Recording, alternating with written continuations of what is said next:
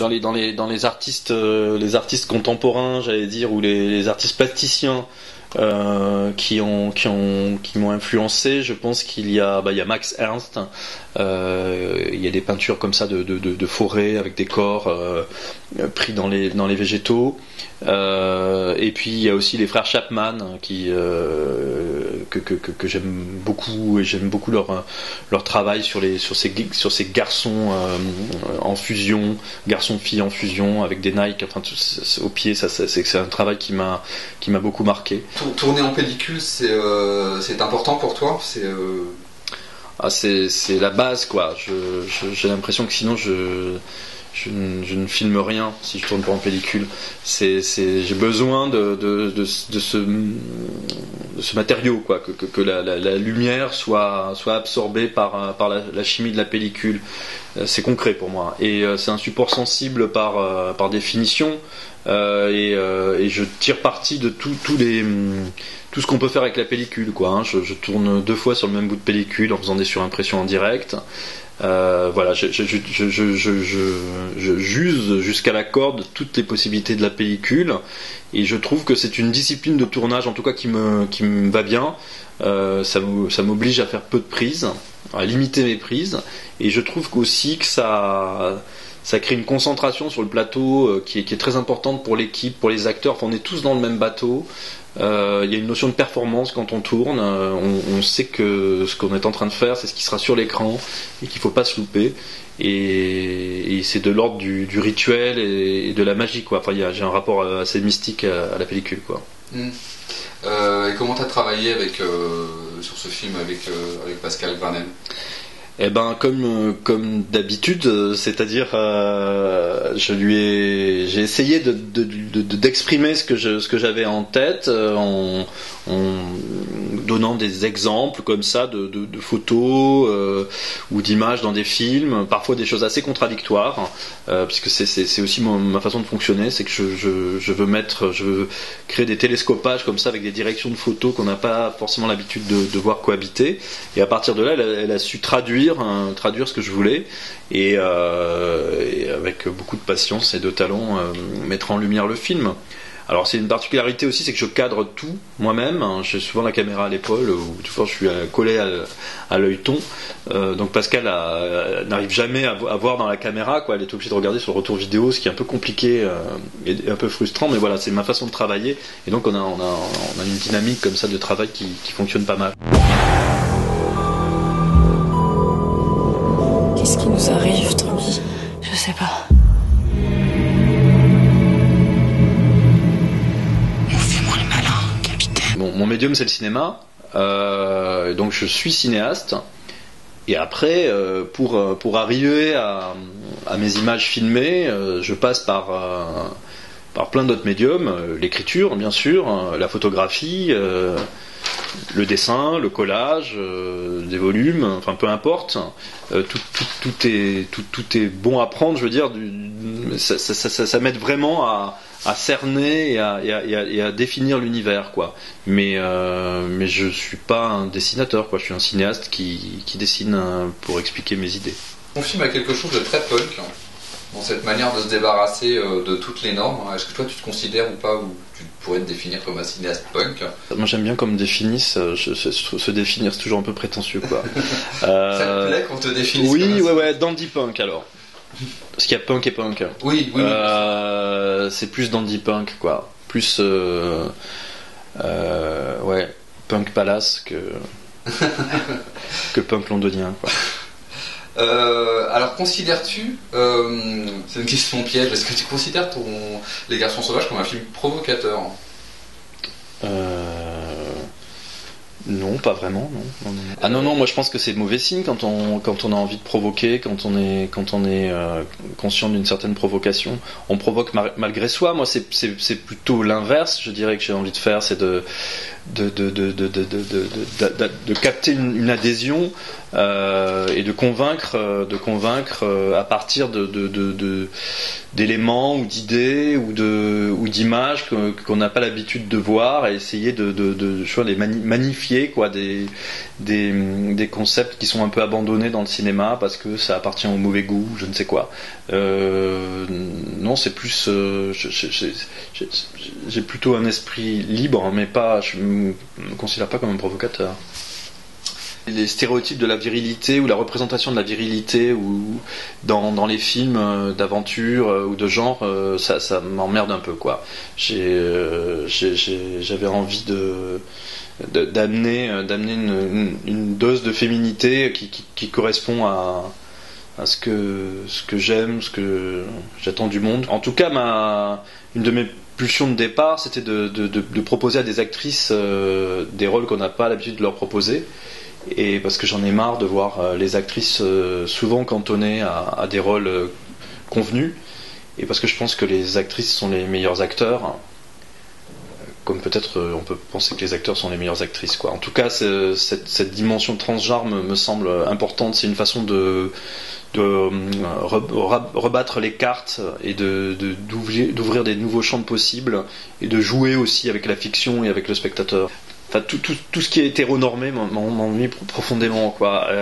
Donc j'avais envie de prendre beaucoup de liberté par rapport à ça, de faire un film aussi où cette idée de liberté s'inscrit dans une fiction. Enfin, c'est pas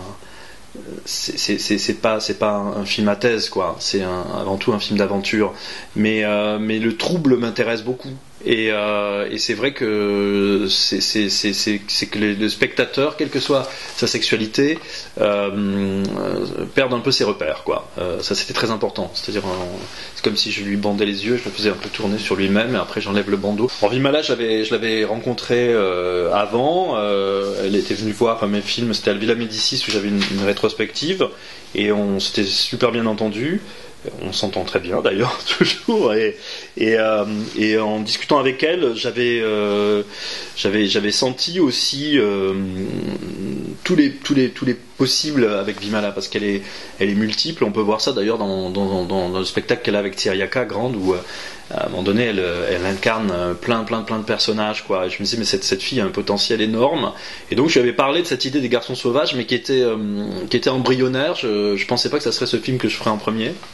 Et puis après, quand je me suis retrouvé face au scénario et au casting, j'en ai reparlé à Vimala. Le personnage que je lui ai proposé n'était pas celui qu'elle imaginait que je lui proposerais. Mais on a fait des essais, comme pour toutes les autres filles, avec Vimala. Et les essais qu'elle a fait étaient formidables. Et pour les autres actrices, avec Chris Portier de Bel Air, la directrice de casting avec qui je travaille, on a vu beaucoup d'actrices. Il y avait beaucoup de jeunes femmes, motivées par cette idée d'incarner un garçon. Et j'ai commencé par leur montrer mes précédents films, parce qu'il fallait à tout prix qu'elles puissent adhérer à l'univers dans lequel je voulais les amener. Et puis à partir de là, on a écrémé, j'allais dire. C'était une discussion à bâton rompu sur la part masculine, féminine, etc. Enfin, c'était comme ça au début qu'on a commencé à aborder les choses. Et puis moi, j'avais besoin d'y croire. C'est-à-dire que je regardais les actrices, mis à part leur talent de jeu, etc. Il fallait que quand je les regarde comme ça, je me dise oui, c'est possible. C'est possible. Elle, en garçon, j'y crois. On a coupé les cheveux pour qu'elle puisse ressembler à des garçons. Donc ça, pour certaines, c'est assez traumatisant parce qu'elles n'avaient jamais eu les cheveux courts. Et là, déjà, pour moi, c'est très important, le costume et l'aspect physique. Déjà, ça conditionne énormément les acteurs pour trouver leur personnage. Après, on a répété pas mal, et on a cherché l'attitude physique, quoi, la silhouette, le jeu, le rapport des unes par rapport aux autres. et comme ça on a réussi à définir ce qui était chaque personnage. J'avais aussi donné des repères par rapport à des acteurs dans des films. Alors c'était souvent des collages un peu amples, quoi. Par exemple pour Vimala, j'avais dit Delon dans Plein Soleil et Devers dans Série Noire, par exemple. Ça donne un champ assez large, mais voilà, ça lui a parlé. Donc j'ai fait ça avec chacune, et voilà. Puis après on a répété, on a travaillé jusqu'à ce qu'on arrive à trouver les personnages. Tu es fasciné par tout ce qui est d'ordre organique, voire même allons plus loin par les fluides les plus séminaux. D'où vient cette attirance? C'est un motif esthétique autant que thématique? C'est une question évidemment, je ne sais pas si toi-même tu peux y répondre, mais c'est une question qu'on se pose.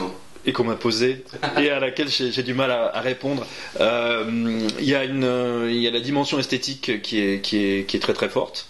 C'est-à-dire que je trouve que tout ce qui est fluide, tout ce qui émane du corps, je trouve que il y a une dimension plastique très très forte. Et puis ce sont souvent des éléments qui restent enfouis dans la fiction, quoi. On ne les montre pas parce que c'est pas noble, alors que moi j'ai envie de les magnifier, quoi. Je trouve que c'est en quelque sorte comme des bijoux intérieurs, quoi, comme des éléments que je vois comme des choses assez belles. Et puis après, effectivement, c'est assez obsessionnel, cet état fusionnel, ces corps qui sont finalement qui parlent en quelque sorte avec leur sécrétion. Oui, pour moi c'est une forme de dialogue corporel, quoi. Quand je vois quand je vois la flore, je vois de la sexualité partout, quoi, hein. J'ai l'impression que toutes les fleurs, tous les fruits sont un appel au sexe, et donc j'ai pas fait beaucoup d'efforts par rapport à ça, quoi. J'ai juste ouvert les yeux, et après j'ai joué avec cette idée d'une nature hypersexuée. J'aime bien l'idée d'une flore à la lisière de la faune, quoi. C'est par l'érotisme que j'entre dans le fantastique, quoi. Voilà, donc ça c'est que j'ai. On est plus vers l'onirique, en fait, finalement. Oui, il y a une forme d'onirisme, mais l'onirisme, on n'est pas loin de l'érotisme. Après, l'érotisme, j'allais dire, il transpire malgré moi, quoi. J'ai pas l'impression que ce soit très érotique quand je le fais, mais après, je m'aperçois que ça peut l'être. On se croyait immortel.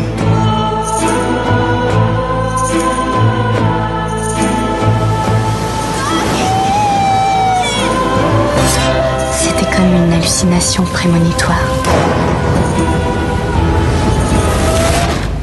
La plus belle des hallucinations. La plus belle des hallucinations. J'ai des obsessions.